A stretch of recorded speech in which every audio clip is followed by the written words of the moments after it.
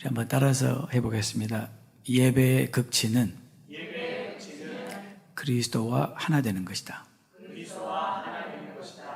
다시 한번 따라서 해봅니다. 예배의 극치는 그리스도와 하나 되는 것이다. 아멘. 다른 말로 하면 제가 너무 좋아하는 성경의 표현이 이런 표현이 있습니다. 내가 그리스도 안에, 그리스도가 내 안에. 이 표현은 100만 번을 들어도 질리지 않는 표현. 주님이 내 안에, 내가 주님 안에. 이것이 실제로 경험되어지는 것. 그게 예배입니다. 오늘 하나님 말씀 요한복음 14장 20절 한번 볼까요? 그날에는 내가 아버지 안에, 너희가 내 안에, 내가 너희 안에 있는 것을 너희가 알리라. On that day, 그날이 오면 너희들이 알게 될 것이다. 무엇을요? 예수님 자신이 아버지 안에 계시고 또 우리가 예수님 안에, 그리고 예수님이 우리 안에 있는 것을 알게 될 것이다. 할렐루야. 이 말씀 듣기만 해도 은혜가 되지 않습니까? 근데 이 말씀이 언제 어떻게 성취가 된 것인가? 사도 바울은 로마서 6장에서 이렇게 말합니다. 무릇 그리스도 예수와 연합하여 세례를 받은 우리, 그리스도와 연합하여 세례를 받은 우리는 그의 죽으심과 합하여 세례를 받은 줄을 알지 못하느냐. 그러므로 우리가 그의 죽으심과 합하여 세례를 받음으로 그와 함께 장사되었나니 이는 아버지의 영광으로 말미암아 그리스도를 죽은 자 가운데서 살리심과 같이 우리로 또한 새 생명 가운데서 행하게 함이라. 만일 우리가 그의 죽으심과 같은 모양으로 연합한 자가 되었으면, if we have been united with him, united, 연합하다, 하나 되다 그 말입니다. united with him like this. 그러면 또한 그의 부활과 같은 모양으로 연합한 자가 될 것이다. We will certainly also be united with him in his resurrection. 이렇게 말하고 있죠.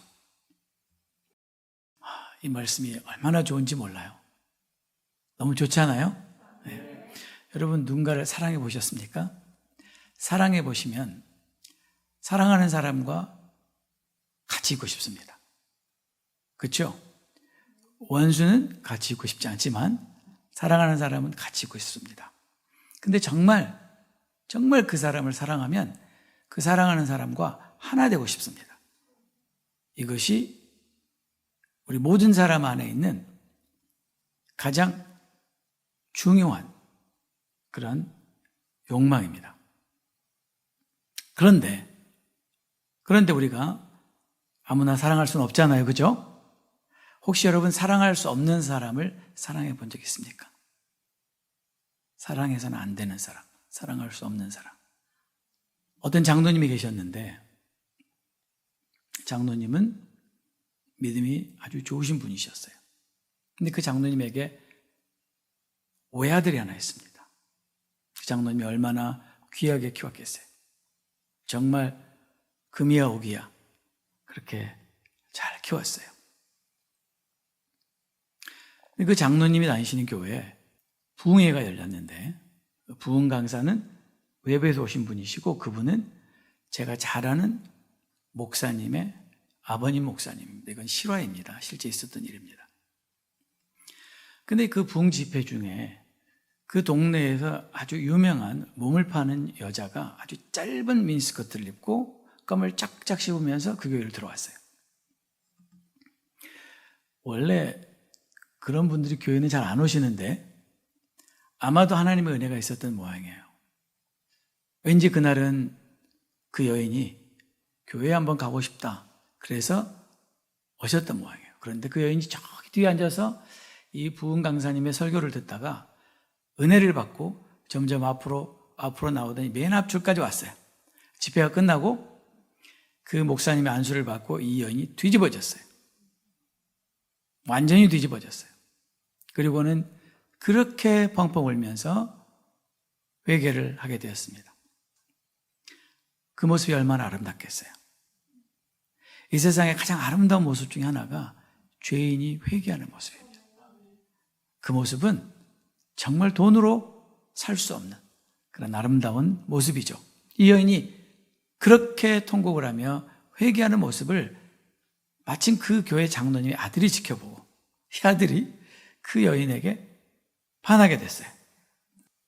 어느 날 이 아들의 장로님께 아버지, 저 그 여인과 결혼하고 싶습니다. 그랬어요. 사랑하면 당연히 결혼하고 싶죠. 그러니 이 장로님이 얼마나 고민이 되겠습니까? 얼마나 고민이 되겠어요. 근데 이 장로님이 정말 믿음이 대단하신 분이에요. 장로님이 그 여인을 데려오려면 그 여인을 하여하고 있는 그 주인에게 가서 그 몸값을 지불해야 되거든요. 보통 그런 분들이 몸값이 사람에 따라 다르긴 하지만 제법 만만치 않습니다. 상당히 많은 돈을 지불해야 합니다. 왜냐하면 그런 분들은 한 장소, 다른 장소 옮겨갈 때마다 몸값이 계속 올라가죠.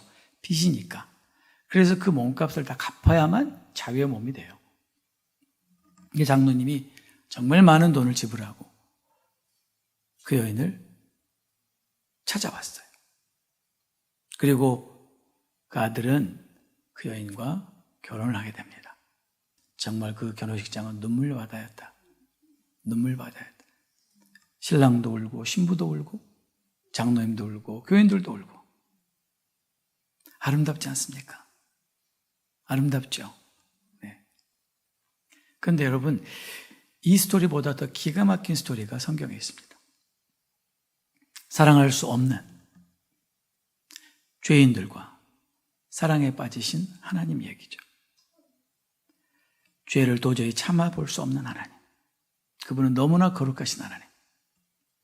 죄는 반드시 심판하셔야만 하는 그 공의의 하나님이 죄인들은 인간과 사랑에 빠지신 거예요. 그리고 더 이해할 수 없고 충격적인 것은 이 거룩하신 하나님이 죄에 찌들고 냄새나는 인간들을 그분의 신부로 삼기를 원하셨다는 거죠. 말이 됩니까? 이게 가능한 일입니까? 상상할 수 있는 일입니까? 하나님은 이 일을 이루시기 위해서 먼저 저와 여러분들의 몸값을 지불하셔야만 했죠. 사오셔야만 했죠. 그래서 예수님이 사람의 모양으로 이 땅에 오신 것입니다. 우리의 몸값을 지불하시려고 자신의 생명을 내어주시고 십자가에 피 흘려 죽으심으로 그분은 기꺼이 우리의 몸값을 지불하시고 우리를 사셨습니다. 그리고는 말씀하시기를 이제 너는 내 것이다. You are mine. 그렇게 우리를 그분의 것으로 삼아주셨죠. 그분의 보배로운 피로 저와 여러분의 찌든 죄를 씻어주시고 정결하고 거룩한 신부로 그렇게 빚어가시는 이야기가 바로 성경의 중심 테마. 이 드라마 같은, 이 드라마보다 위대한 스토리가 바로 성경에 있습니다. 그런데 이 과정에서 하나님께는 한 가지 딜레마가 있었습니다. 하나님의 딜레마. 그것은 어떻게 하나님 스스로 하나님의 성품에 위배되지 않을 것인가. 여러분이 아시는 것처럼 하나님은 사랑의 하나님이시죠. 그렇죠? 그래서 우리를 용서하시기 원하시고 또 70번씩 7번이라도 용서하시는 하나님이시죠. 그러나 동시에 하나님은 죄를 그냥 없던 걸로 해주실 수 없습니다. 죄값은 반드시 지불해야 합니다. 공의의 하나님. 하나님 어떻게 이 사랑의 하나님과 공의의 하나님을 만족시킬 수 있을 것인가? 죄를 참아보지 못하시는 거룩하신 하나님이 도저히 용서받을 수 없는 죄에 빠진 우리들을 어떻게 만나주실 것인가? 그리고 이 죄인들과의 관계를 어떻게 유지하실 수 있을 것인가? 이것이 바로 하나님의 딜레마였죠. 이렇게 죄에 빠진 저와 여러분을 만나주시기 위해서 하나님께서 직접 고안하신 해결책이 바로 예배입니다. 예배는 죄인인 우리가 거룩하신 하나님 앞에 나아가서 하나님을 만날 수 있도록 하나님께서 우리를 위해 만드신 하나님의 방법이요 하나님의 지혜입니다. 그래서 구약에서는 레위기에 나오는 5대 제사가 바로 그것이죠. 죄인들인 이스라엘 백성들이 어떻게 거룩하신 하나님 앞에 나아갈 수 있는가? 그것이 바로 5대 제사, 예배죠. 그렇죠? 그런데 이 구약에서 예배의 극치는 바로 지성소 안에 있는 언약궤 위에 피를 뿌리는 곳, 속죄소라고 하죠. 들어보셨죠? 우리의 죄를 속하는 곳, 속죄소 또는 시은좌라고 합니다. 그런데 그 속죄소 위에 두 그룹이 있죠. 그룹 천사. 그리고 그 사이에서 하나님은 모세를 만날 것이다 라고 말씀하시죠. 출애굽기 25장 22절에 거기 있어, 속죄소에서 내가 너와 만나고, 하나님이 모세와 만나는 장소가 어디라고요? 속죄소, 죄를 속하는 것. 그리고 그 속죄소 위 곧 증거궤에 있는 두 그룹 천사 사이에서 내가 이스라엘 자손을 위하여 내게 명령할 모든 일을 너에게 이룰 것이다. 한마디로 하나님이 모세를 만나줄 수 있는 장소는 속죄소 위 두 그룹 사이. 이해되시죠? 네. 그것은 이제 개인적인 해석입니다. 이 두 그룹은 한쪽은 하나님의 공의의 하나님이요, 한쪽은 하나님의 사랑의 하나님을 상징하는 그룹이지 않을까 생각했습니다. 나중에 제가 십자가에서 그걸 깨닫게 됐죠. 바로 그 사이에 하나님 어느 쪽에도 치우치지 않고 사랑에 치우칠 수도 없고 공의에 치우칠 수도 없고 바로 그 한가운데서 모세를 만나 주셨는데 그곳이 바로 속죄소, 피를 뿌린 곳이다. 우리의 죄값을 지불한 곳이다. 그 말이죠. 그래서 구약에서 하나님의 사랑과 하나님의 공의가 만난 곳이 속죄소라면 신약에서 하나님의 사랑과 하나님의 공의가 만난 곳이 바로 십자가입니다. 십자가 위에서 우리의 죄를 씻어 주시고 거기서 우리를 만나 주시고 거기서 우리와 하나 되기 원하셨던 것입니다. 그러므로 예배의 극치는 십자가에 달려 죽으신 예수 그리스도와 하나 되는 것입니다. 그래서 그 유명한 사도 바울의 고백이 나온 것입니다. 갈라디아서 2장 20절에 내가 그리스도와 함께 십자가에 못 박혔나니, 내가 그리스도와 함께 십자가에 못 박혔나니. 무슨 말입니까? 내가 그리스도와 연합해서 하나 돼서 그분이 죽을 때 나도 그분과 함께 죽었다, 그 말이죠. 그런즉 이제는 내가 사는 것이 아니다. 내 안에 오직 그리스도께서 사시는 것이다. 이제는 내 안에 사시는 분은 내가 아니라 그리스도이시다. 그리스도가 내 안에 사신다. 그런 표현이죠. 그런데 바울에게 언제 이런 그리스도와 연합하는, 그리스도와 하나 되는 일이 일어났습니까? 그 장면을 설명해 주는 게 오늘 우리가 읽은 본문 말씀이죠. 다시 볼까요? 무릇 그리스도 예수와 합하여 세례를 받은 우리가 그리스도와 연합하여 세례를 받을 때 우리는 그의 죽으심과 합하여 세례받은 것을 알지 못하느냐.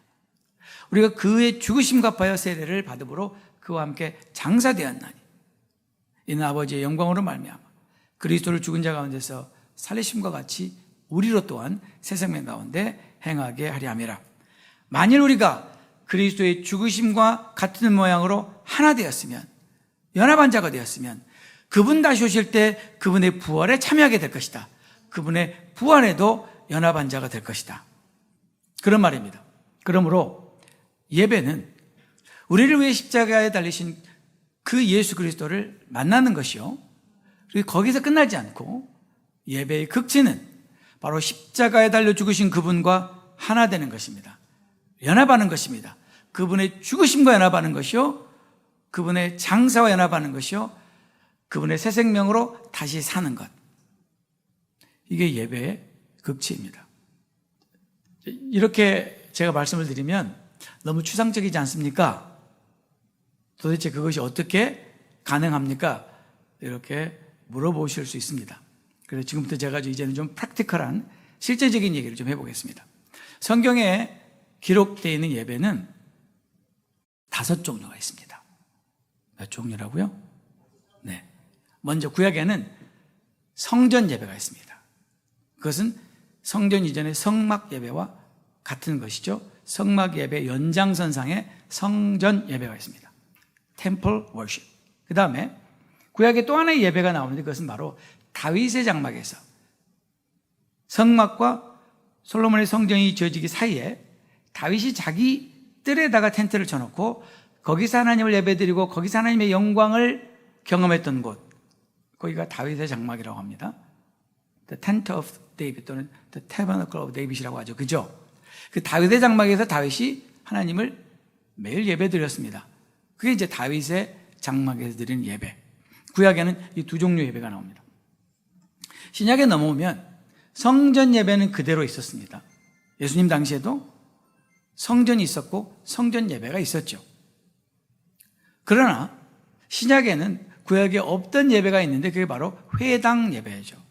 여러분이 아시는 것처럼 회당은 이스라엘 백성들이 성전이 파괴되고 바벨론으로 포로로 붙잡혀 갔을 때 성전이 없이는 예배를 드릴 수가 없기 때문에 그들이 회당이라는 곳에 모여서 하나님의 말씀을 읽고 그리고 기도하던 장소가 바로 회당이죠. 그래서 여러분 신약성경에 회당이 많이 나오죠? 그죠? 예수님이 성전에서도 말씀을 가르쳐 주셨지만 회당에서도 말씀을 가르치셨고 사도 바울도 마찬가지입니다. 그 다음에 여러분 신약성경에 또 다른 예배 형태가 나오는데 그게 바로 초대교회 성도들이 드렸던 예배예요. 오늘 우리가 살펴볼 겁니다. 그리고 마지막으로 계시록에 가면 하늘의 예배 실황이 기록되어 있습니다. 그래서 구약에는 성전 예배 그리고 다윗의 장막에서 드리는 예배, 신약에서는 회당 예배 그리고 초대교회 성도들이 드렸던 예배 그리고 하늘의 예배. 우리 복음동산교회 성도들에게 한번 물어볼까요? 이 5가지 예배 중에서 여러분이 제일 드리고 싶은 예배가 뭐예요? 초대교회 예배, 하늘의 예배. 네, 지금 굉장히 막상막합니다. 네. 하늘의 예배를 원하시는 분들, 하늘의 예배, 초대교회 예배. 네. 이 땅에 있는 모든 예배는 사실은 하늘의 예배를 본딴 것입니다.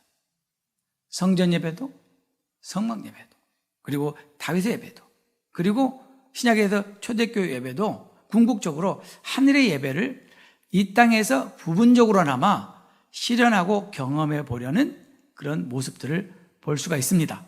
왜냐하면 하늘에서 하나님의 뜻이 이루어진 것 같이 이 땅에서 이루어지는 게 하나님의 뜻입니다. 하늘에서 드리는 그 예배가 이 땅에서도 이루어지기를 하나님 원하십니다. 그러기 위해서 우리는 하늘의 예배를 이해해야 되는데 그래서 계시록에 나와 있는 예배가 우리에게 굉장히 중요한 자료가 되고 모델이 되는 것입니다. 자, 우리가 구약에 먼저 성전형 예배 또는 성막 예배를 우리가 한번 잠깐 정리를 해보면 하나님께서 이스라엘 백성들을 만나주시기 원하죠. 그죠? 그리고 그들과 함께 있기 원하시죠. 근데 그러기 위해서는 반드시 죄의 문제를 해결해야 되니까 그 죄의 문제를 해결하기 위해서 필요했던 것이 바로 희생제물이었죠. 그렇죠? 그래서 희생제물을 잡아서 그 피를 뿌리고 그리고 그 피로 이스라엘 백성들의 죄를 덮고 그리고 하나님 앞에 나아가서 하나님을 만날 수 있었습니다. 다들 아시죠? 그런데 이 모든 것은 장차 예수님이 오셔서 성취하실 모형과 그림자라고 그러잖아요. 사도 바울이. 그죠? 실제 예수님이 오셨어요. 하나님의 어린 양이 되신 예수님께서 세상 죄를 지시고 희생제물이 되셔서 십자가에 죽으심으로 말미암아 단번에 영원히 하나님의 지성소에 들어가셨죠. 실체이신 예수님이 오셔서 그분이 희생제물이 되셨어요. 그래서 구약의 성전 예배 그 모든 것을 다 성취하셨어요. 이제 더 이상 우리는 희생제물을 드릴 필요가 없죠. 예수님이 희생제물이 되셨으니까 단번에 영원히. 아멘. 그러므로 저와 여러분들이 이제 하나님의 보좌 앞에 나갈 때는 희생제물이 필요한 게 아니라 예수님의 피가 필요한 거죠. 예수님의 보혈을 의지해서 하나님 보좌 앞에 나가는 거죠. 더 이상 우리에게는 짐승의 피를 뿌릴 희생제사가 필요 없습니다. 또 뿐만 아니라 우리가 하나님의 자녀가 될 때 거듭나고 그리고 우리 안에 성령님이 거하시게 되죠. 그렇죠? 그래서 성경은 뭐라고 말합니까? 우리는 하나님의 성령이 거하시는 성전이다 그랬죠. 고린도서 3장 16절에 너희가 하나님의 성전이고, 이 너희는 단수가 아니라 복수를 말합니다. 무슨 말이냐면 교회를 말해요. 고린도 교회 성도들, 너희가 하나님의 성전이다. 그리고 하나님의 성령이 너희가 모일 때 너희 안에 계시는 것을 알지 못하느냐, 그렇게 말씀하셨죠. 그렇죠? 자, 이제는 우리는 예수님의 보혈로 하나님의 보좌 앞에 나가기 때문에 희생제물이 필요 없게 됐습니다. 그렇죠? 또 이제 우리가 모일 때 우리가 하나님의 성전이 되었으니 우리는 더 이상 희생제물을 드릴 필요가 없습니다. 그러면 우리의 질문이 이제는 우리가 드릴 게 없네요. 그냥 와서 공짜로 예배드리고 은혜만 잔뜩 받고 가면 되네요 라고 생각하실 수 있지 않겠습니까? 예배는 공짜다 라고 생각하시면 정말 큰 오산입니다. 예배는 공짜가 아닙니다. 우리는 더 이상 짐승의 제사를 드릴 필요가 없지만 신약성경은 우리가 그 대신 찬송의 제사를 드려야 한다. 우리는 더 이상 짐승을 희생제물로 드릴 필요는 없지만, 그러나 이제는 우리가 우리 자신을, 우리 몸을 산 제물로 드려야 한다 라고 성경이 말하고 있습니다. 이게 예배입니다. 우리 히브리서 13장 15절에 보니까 그러므로 우리는 예수로 말미암아, 이제 예수로 말미암아, 예수를 믿음으로 말미암아 예수 안에서 하나님의 자녀가 됐으니 우리는 항상 찬송의 제사를 하나님께 드리자. 항상 let us continually offer to God a sacrifice of praise. 쉬지 않고 끊임없이 하나님께 찬송의 제사를 드리자. 아멘. 이는 그 이름을 증언하는 입술의 열매니라. 여러분, 우리가 주일날 하나님을 예배할 때 여러분 입술로 찬송을 드리는 이유가 바로 여기 있습니다. 우리는 짐승의 제사는 드리지 않지만 우리는 찬송의 제사를 드립니다. 하나님은요, 우리의 찬송을 받으시면 반드시 응답하세요. 제가 지난 50여 년 우리 주님을 알고 믿어오면서 단 한 번도 하나님을 실수하신 적이 없어요. 제가 하나님께 드리는 찬송, 제가 하나님께 드리는 예배를 받으시면 그거는 반드시 응답하세요. 어떻게 응답하시냐? 가장 보편적으로 응답하시는 방법이 하나님의 임재입니다. 하나님의 임재. 아까 찬양하는데 주님의 임재가 이곳에 이렇게 있잖아요. 그죠? 그거 아실 수 있으셨어요? 그렇죠? 그게 무슨 뜻이에요? 하나님이 우리의 찬송을 받으셨구나. 하나님 우리의 찬송을 안 받으시면 임재가 없어요. 그것이 바로 하나님의 그 응답하시는 방법입니다. 그래서 히브리서 기자가 뭐라고 말해요? 항상 찬송의 제사를 하나님께 드리자. 이게 신약의 예배예요. 로마서 12장 1절에 우리가 잘 아는 말씀, 그러므로 형제들아 내가 하나님의 모든 자비하심으로 너희를 권하노니 너희 몸을 하나님이 기뻐하시는 거룩한 산제물로 드려라. 구약에서는 짐승을 잡아서 죽여서 각을 떠서 그렇게 하나님 앞에 드려서 다 태워버리고 피를 제단에 뿌렸지만, 신약에서는 저와 여러분 산채로 하나님 앞에 제물로 드리는 게 이게 예배다. 그러므로 신약의 예배는 우리 자신을 하나님께 산제물로 드리는 것입니다. 우리 입술의 열매인 찬송의 제사를 드리는 것입니다. 이렇게 우리가 드리는 예배를 하나님 받으시면 하나님 반드시 우리 가운데 성령으로 오십니다. 그래서 우리를 만나주시고, 성령이 우리 안에 오시면 우리 마음이 뜨거워지고, 성령이 오시면 우리의 연약함을 고쳐주시고, 우리의 육신을 치유해 주시고, 이것이 신약에서 우리가 경험하는 예배죠.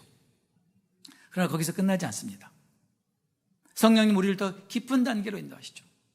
단순히 우리가 하나님의 임재를 맛보는 것으로 끝나는 것이 아니라 우리를 더 깊은 예배로 초청하십니다. 더 깊은 것으로 우리를 부르십니다. 시편 기자가 깊은 것은 더 깊은 곳으로 우리를 부른다라고 기록하고 있죠. 그래서 결국 궁극적으로 우리는 깊은 예배 속에서 하나님과 하나 되는 걸 경험해요. 그게 무슨 뜻이냐면 내가 더 이상 없어지고 주님만 계셔요. 주님밖에 없어요. 옆에 이렇게 많은 사람들이 있는데 그 사람들은 전혀 나에게 중요하지 않아요. 주님만 내 앞에 계셔요.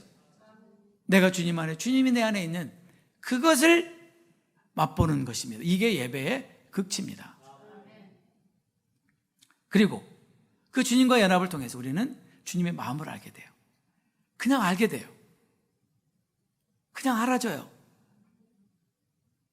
그리고 내가 주님이 기뻐하시는 이 뜻을 이루어드려야 되겠다. 이런 마음이 그냥 자동으로 생겨요.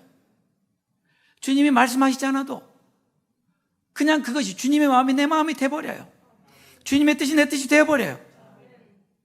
그래서 내가 그렇게 살아야 되겠다. 그게 예배의 본질이고 예배의 목적입니다. 그렇기 때문에 우리가 하나님께 예배 드릴 때 우리가 하나님께 드리는 부분이 너무나 중요해요. 예배는 우리가 하나님께 드리는 부분이 있고, 아까 뭘 드린다고 그랬어요? 찬송의 제사와 그 다음에 나를 드리는 거예요. 나를. 예배에서 가장 중요한 건요, 나를 하나님 앞에 드리는 거예요. 내가 아낌없이 남김없이 나를 온전히 하나님 앞에 드릴 때 하나님이 나를 받으시면 하나님 받으신 그 산제물에 성령을 주시는 거예요. 그러므로 예배는 드리는 것이 중요합니다. 드리지 않으면 하나님께로부터 오는 것이 없습니다. 드려야 하나님의 임재가, 하나님의 성령이 오십니다. 아멘. 그리고 하나님의 성령이 오셔서 나를 만나주시면 얼마나 감격하고 기쁨이 솟아납니까? 그래서 다시 감사와 감격의 찬양을 올려드리죠, 다시. 그렇죠? 그리고 거기서 끝나지 않고 아까 제가 뭐라고 그랬어요? 이제는 제가 주님이 기뻐하시는 뜻을 순종하며 살게요. 순종하지 말라고 그래도 순종해요. 정말 사랑하는 주님과 연합하는 그 감격을 맛보면 그냥 주님 뜻대로 그냥 행하고 싶어요. 예배는 일방통행이 아니에요. 어떻게 일방통행이 될 수가 있겠어요? 내가 사랑하는 그분께 내가 뭘 아끼겠어요? 그분이 나에게 베푸신 그 십자가의 사랑을 생각해 봐요. 내가 뭘 아끼겠어요? 이 몸을 아끼겠어요? 마음을 아끼겠어요? 돈을 아끼겠어요? 시간을 아끼겠어요? 아무것도 아낄 게 없잖아요. 줘도 아쉬운 것 뿐이잖아요. 이게 사랑의 본능 아닙니까? 사랑해 보셨잖아요. 안 해보셨죠? 참. 주님을 사랑하면요, 드리지 말라고 그래도 다 드려요. 제가 젊어서 제가 집회를 많이 다녔다고 말씀드렸잖아요. 철이 없었어요, 그때는. 그래서 그냥 열심히 집회를 다녔는데, 그래도 이제 한국에 집회를 나가게 됐는데, 그때는 이렇게 하나님께서 이렇게 은혜를 많이 주시고, 또 이렇게 치유의 그런 은혜도 베풀어 주시고, 이렇게 귀신들도 그렇게 그냥 잘 나가고, 하여튼 정말 그 하나님이 강력하게 역사하시는 그런 집회들이었는데, 어느 교회에 집회를 마치고 나왔는데 그 교회 성도가 저를 만나자고 그래서 만났더니, 그때 당시 한국에 그 봉투가 있는데, 이 두꺼운 그 종이로 만들어진 그 봉투가 있는데, 그 봉투에 뭘 가득 담아가지고 와서 저한테 주면서 이게 지판돈이라는 거예요. 지판돈. 그걸 저한테 받으라고 가져왔어요. 제가 그걸 어떻게 받겠어요? 근데 그분의 마음이 이거예요. 너무 주님의 사랑과 은혜에 감사하니까 내가 뭘 드리고 싶은데 마침 지판돈이 있었어요. 정말 그걸 통째로 가져왔더라고요. 제가 깨달은 거, 이분은 진짜 주님의 사랑을 맛보았구나. 그럼 그렇게 되거든요. 제 말 이해하세요? 정말 주님의 사랑을 맛보면요, 이렇게 돼요. 집이 뭐가 아까워요. 그래서 초대교회 성도들이 집을 아꼈어요. 집 다 팔아서. 그 돈을 가지고 오잖아요. 사도들 발 앞에 두잖아요. 안 아까우니까. 그분의 십자가의 사랑을 경험한 사람이 어떻게 그 집 그까짓 게 아깝겠냐고요. 근데 우리는 아깝죠. 아깝죠? 아직 사랑을 모르시는 거예요. 정말 모르시는 거예요. 진짜 그 사랑을 알면요, 안 아깝습니다. 아까울 수가 없습니다. 오해하시지 마시고, 벤자민 오국사님이 집 팔아서 갖다 바치래, 저 그런 말 한 적 없습니다. 요새는 하도 이상한 사람들이 많아가지고. 이게 예배예요, 예배. 그러면 한번 생각해 보세요. 온라인 예배로 이게 가능할까요? 한번 잘 생각해 보세요. 저는 요즘에 그 온라인 예배의 그 트릭, 속임수, 위험에 대해서 우리는 다시 한번 짚어볼 필요가 있다. 왜냐하면 제가 오늘 여러분에게 다 말씀드렸어요. 대부분의 장로교인들, 죄송합니다. 저도 장로교에서 자랐어요. 대부분의 장로교인들, 대부분의 전통 예배를 드리는 교인들이 이렇게 생각합니다. 예배는 설교 듣는 것이라고 생각합니다. 예배의 가장 중요한 것은 설교 듣는 것이라고 생각합니다. 대부분의 목사님들도 그렇게 착각하고 계세요. 박기성 목사님은 아니니까 내가 이렇게 얘기하는 거예요. 만약에 그렇게 착각하는 목사님 앞에서는 이런 이야기 못합니다. 그러나 우리 박기성 목사님은 그렇게 생각 안 하죠. 설교가 예배의 클라이맥스 아니에요. 예배의 클라이맥스는 예배의 주인공이신 예수님과 하나 되는 거예요. 어떻게 해요? 찬양하다가, 찬양 속에서 나를 만나준 주님과 하나 되는 거예요. 기도하다가 깊은 기도 속에서 주님과 하나 되는 거예요. 말씀을 듣다가 그 말씀이 내게 확 부딪혀올 때 그 말씀 속으로 내가 들어가는 거죠. 이게 하나 되는 거예요. 맞죠?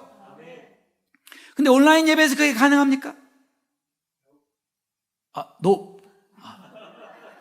할렐루야. 네. 모처럼 영어를 들으니까 너무 반갑습니다. 사실 하나님은 뭐든지 하실 수 있다고 저는 믿어요. 정말 가격반 영혼, 정말 사모하는 영혼, 예배를 도저히 드릴 수가 없는 형편에 있는 사람이 온라인 예배라도 정말 물에 빠진 사람이 지푸라기 붙잡는 심정으로 주님, 내가 이 예배가 아니면 난 살 길이 없습니다라고 그렇게 예배 드리는 사람에게는 하나님이 역사하실 수 있다고 믿어요. 하나님은 뭐든지 할 수 있잖아요. 어디에서나 하실 수 있잖아요. 그러나 얼마든지 예배 드릴 수 있는 상황인데, 근데 온라인 예배가 편하긴 편하잖아요. 편해요. 그죠? 여러분, 구약의 예배는요, 노동입니다. 노동 그 자체. 예배는 노동이에요. 나를 드려야 되니까. 짐승을 드려야 되니까. 짐승 한 번씩 잡아보세요. 얼마나 힘드나. 제가 구약시대의 제사장이 아니어서 정말 감사합니다. 그러나 그보다 더 어려운 게 나를 드리는 거예요. 내 마음을 아낌없이 드리는 거예요. 정말 사람들이 어쩌면 그렇게 이기적인지. 하나님께 받은 거 생각하면 어떻게 아낄 수가 있을까? 근데 아끼더라고요. 아껴요. 온라인 예배는 현장 예배에 도저히 나올 수 없는 상황에 처해 있는 사람을 위해서는 it's okay. 그러나 얼마든지 나와서 예배 드릴 수 있는데, 물론 긴장을 늦춰서는 안 되겠죠. 우리가 저희 교회도 마찬가지입니다. 항상 예방수칙을 지키고 마스크 쓰고 그걸 유지하고 그렇게 해야 되겠죠. 그러나 우리가 정말 예배다운 예배는 우리가 제대로 드려야 되지 않겠는가.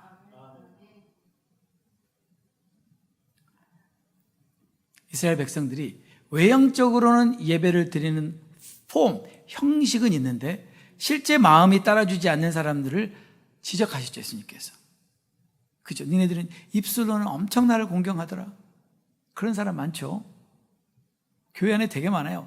입술로 신앙생활 다 하는 분들 있잖아요. 마음은 전혀 아닌 것.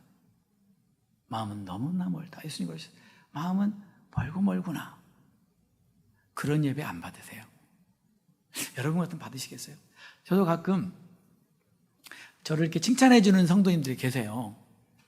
근데 저게 입술에 립 서비스인지 진짜 마음에서 우러나는 건지 할 길이 없잖아요. 저는 하나님이 아니니까. 그렇죠? 우리 박희성 목사님이 저를 칭찬하는 말을 너무 잘하세요. 부러워요. 어쩌면 저렇게 잘하실까? 저는 그런 걸 못해요. 저는 정말 그런 거 못하거든요. 근데 저분 말 들으면 제가 진짜 좋은 사람 같아요. 전 아니거든요. 저 정말 아니거든요. 주님이 다 아시잖아요.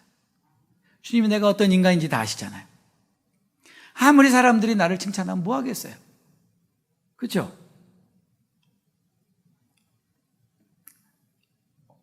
정리합니다. 예배는 우리가 그토록 사랑하는 주님과 만나는 거예요. 그토록 사랑하는 주님과 하나 되는 거예요. 그 친밀한 사랑, 그 사랑의 관계를 지속적으로 유지하게 해주는 게 예배입니다. 예배는 하나님과 우리의 관계를 이어주고 붙들어주고 끝까지 우리가 꼬린 지점에 이르도록 도와주는 생명줄과 같은 거예요. 예배는 생명줄입니다. 근데 여러분, 어떻게 예배를 소홀히 할 수 있겠습니까? 저는 하나님께 최고를 드려야 된다고. He deserves our best. 우리 하나님이 뭐가 부족해서? My God deserves the very best of everything that I have, everything that I am. 그래서 저는 예배를 위해서는 어떤 것도 아끼지 않습니다. 그분께 우리가 뭐를 아끼겠어요? 그러니까 다른 거는 괜찮은데 예배는 우리의 최고를 드려야 하고 최선을 다해 드려야 된다. 이것을 저는 지난 22년 동안 가르쳐 왔어요. 우리 성도들에게. 정말 예배는요, 우리의 모든 것을 다해서 드려야만 합니다. 그러면 신약 성경에 보면요, 사도 바울이 초대교회 예배는 어떤 형태였는지는 보여주지 않지만, 그러니까 예배 형태를 어떻게 드렸는지는 말하지 않지만 예배의 구성 요소는 뭐가 있는지 가르쳐줘요. 초대교회 예배, 우리 아까 잠깐 배웠죠. 5종 예배 중에 초대교회 예배, 고린도전서 14장 26절에 보면 고린도 교회 예배는 이랬다라는 걸 알 수 있는데 한번 들어보세요. 그러므로 형제들아 어찌할꼬 너희가 모일 때에 when you come together, 왜 모여요? 예배드리러. 그죠? 너희가 모일 때 각각 찬송시도 있으며 가르치는 말씀도 있으며 계시도 있으며 방언도 있으며 통역함도 있나니. 고린도 교회가 예배드리러 모일 때는 찬송이 있었고 가르치는 말씀이 있었고 계시가 있었고 방언이 있고 통역이 있었구나. 알 수 있겠죠? 그죠? 모든 것을 덕을 세우기 위해 하라. 즉 이 모든 것은 교회를 세우기 위해서 해라. 교회를 허무는 게 아니라 교회를 세우기 위해서 해라.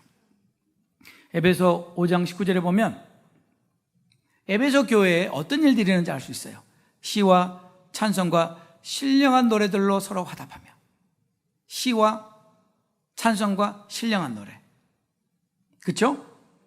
그 다음에 너희 마음으로 주께 노래하며 찬송하며 범사에 우리 주 예수 그리스도 이름으로 항상 아버지 하나님께 감사하며. 그러니까 예배의 요소가 뭐가 있어요? 찬송과 감사와, 그렇죠? 시와 찬송과 신령한 노래. 이게 초대교회 예배에 있었던 요소들이라는 걸 알 수 있죠. 골로새 3장 16절에 보면 그리스도의 말씀이 너희 속에 풍성히 거하여 모든 지혜로 피차 가르치며 권면하고, 그 다음에 시와 찬송과 신령한 노래를 부르며 감사하는 마음으로 하나님을 찬양하고. 이게 초대교회 예배의 중요한 요소들이죠. 그죠? 그러면 우리 교회 예배에 이런 요소들이 있는가를 한번 살펴볼 필요가 있겠죠. 제가 교회를 막 시작했을 때, 제가 어제 잠깐 말씀을 드린 것 같은데, 교회를 막 시작했을 때 교인들이 얼마 되지도 않고, 그리고 그때는 예배가 보통 한 한 3시간씩 드렸을 때. 찬양을 한 1시간 반 드렸어요. 제가 인도했어요. 그 다음에 말씀을 한 1시간 정도 듣고, 그 다음에 또 다시 하나님께 감사하는 또 찬양을 드리고 또 기도하고 그러다 보면 3시간이 금방 지나가요. 눈 감았다 뜨면 3시간이 지나가는 것 같아요. 근데 그냥 우리는 순서가 없어요. 근데 한국에서 우리 성도에 언니가 오셨어요. 그래서 언니가 이제 우리 성도 따라서 예배를 참석했는데, 예배 끝나고는 얼굴이 굉장히 어둡고 침울하고 그렇게 앉아 계셔서 오늘 어디 아프시냐고. 그랬더니 목사님 그게 아니라요, 저 예배를 안 드린 것 같아요. 그래서 네? 아니 우리가 3시간씩이나 드렸는데. 그게 아니라요, 목사님 예배를 도대체 언제 시작했는지도 모르겠고 기도하고 있는데 예배를 시작한 것 같고 예배가 언제 끝난지도 모르겠는데 끝났다고 그러고, 그리고 사도신경을 왜 안 해요? 난 사도신경 안 하면 예배 안 드린 것 같아요. 아, 이게 한국의 현실이구나. 제가 장로교에서 자라서 잘 알잖아요. 땡, 목도하심으로.